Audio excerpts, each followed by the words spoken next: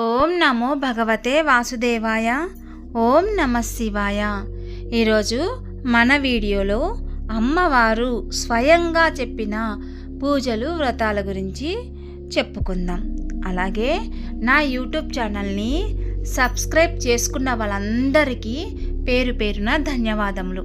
అలాగే ఎవరైనా సబ్స్క్రైబ్ చేసుకోకపోతే తప్పకుండా సబ్స్క్రైబ్ చేసుకోండి. పక్కనే ఉన్న బెల్ ఐకాన్ని క్లిక్ చేయండి. నా ప్రతి వీడియో మీకు చేరుతుంది.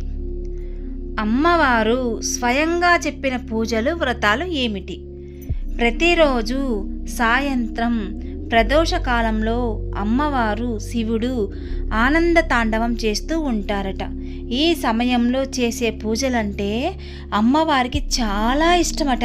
అవి అర్ధనాథకరి అని, అనంత తృతీయ, రసకల్వని అనే వ్రతం చాలా ఇష్టమని పురాణ వచనం. ప్రతి శుక్రవారం అమ్మవారికి అర్చన చేయడం అత్యంత ప్రీతికరం. అలాగే ప్రతి మంగళవారం అమ్మవారిని సేవించడం, పూజ చేయడం, అర్చన చేయడం, వ్రతం చేయడం కూడా విశేషమని అమ్మవారు చెబుతుంది. ఎవరు మంగళవారం అమ్మవారిని పూజ చేస్తారో వారికి శత్రుపీడలు ఉండవు, రోగ నివారణ, అప్పులు రుణాలు తీరిపోతాయి. అవి కూడా కుజ గ్రహ దోషాల జాతకంలో ఎక్కడైనా ఉన్నా కూడా దోష పరిహారం అవుతుంది అని కూడా అమ్మవారు సెలవిచ్చింది.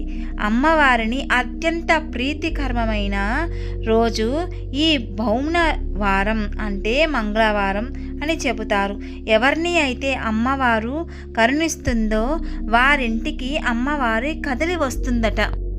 పిలవని పేరంటంగా ఎవరు వస్తారో వారే అమ్మవారి స్వరూపంగా చెబుతారు.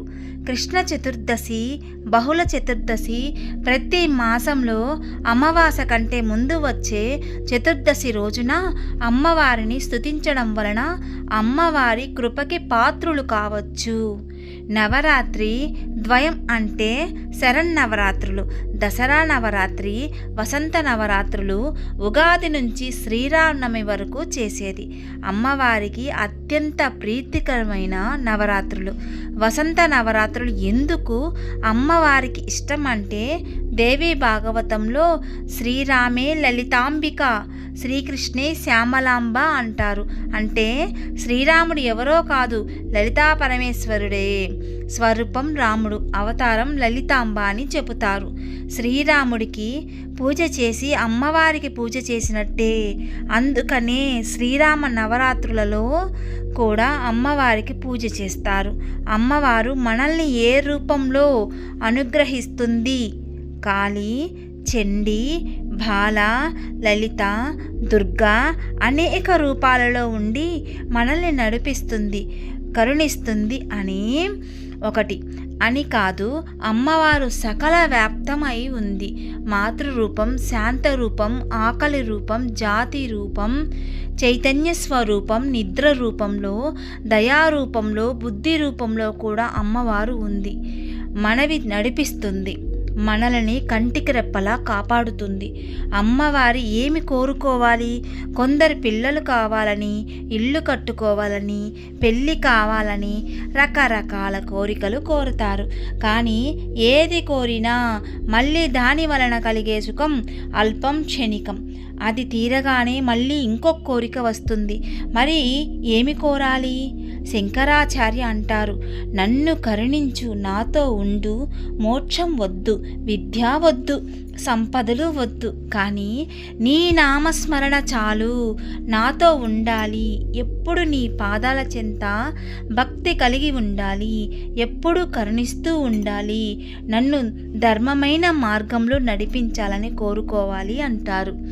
అలాగే అమ్మవారు స్వయంగా చెప్పిన వ్రతాలు ప్రతిరోజు మనకు సందర్భాలను బట్టి మనకు అమ్మవారు వ్రతాలు చాలానే ఉన్నాయి.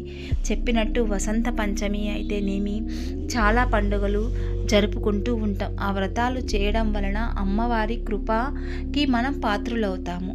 అలాగే అమ్మవారిని పూజించడం వలన మాంగళ్య బలం ఎక్కువగా ఉంటుంది. అమ్మవారి కృప వలన అష్టైశ్వర్యాలు కలుగుతాయి. ఇల్లు ప్రశాంతంగా ఉంటుంది. ఆయుర ఆరోగ్యాలను ఇస్తుంది, అష్టైశ్వర్యాలను ఇస్తుంది, ఆయుష్ వృద్ధి చేస్తుంది, అన్ని పాడి పంటలు పెంపొందిస్తుంది. ఆ తల్లి చల్లని చలువ ఉంటే ప్రతి ఇల్లు సంతోషంగా ఉంటుంది. ఈ వీడియో మీకు నచ్చినట్లయితే తప్పకుండా సబ్స్క్రైబ్ చేయండి, షేర్ చేయండి, కామెంట్ పెట్టండి. సర్వేజన సుఖినో భవంతు.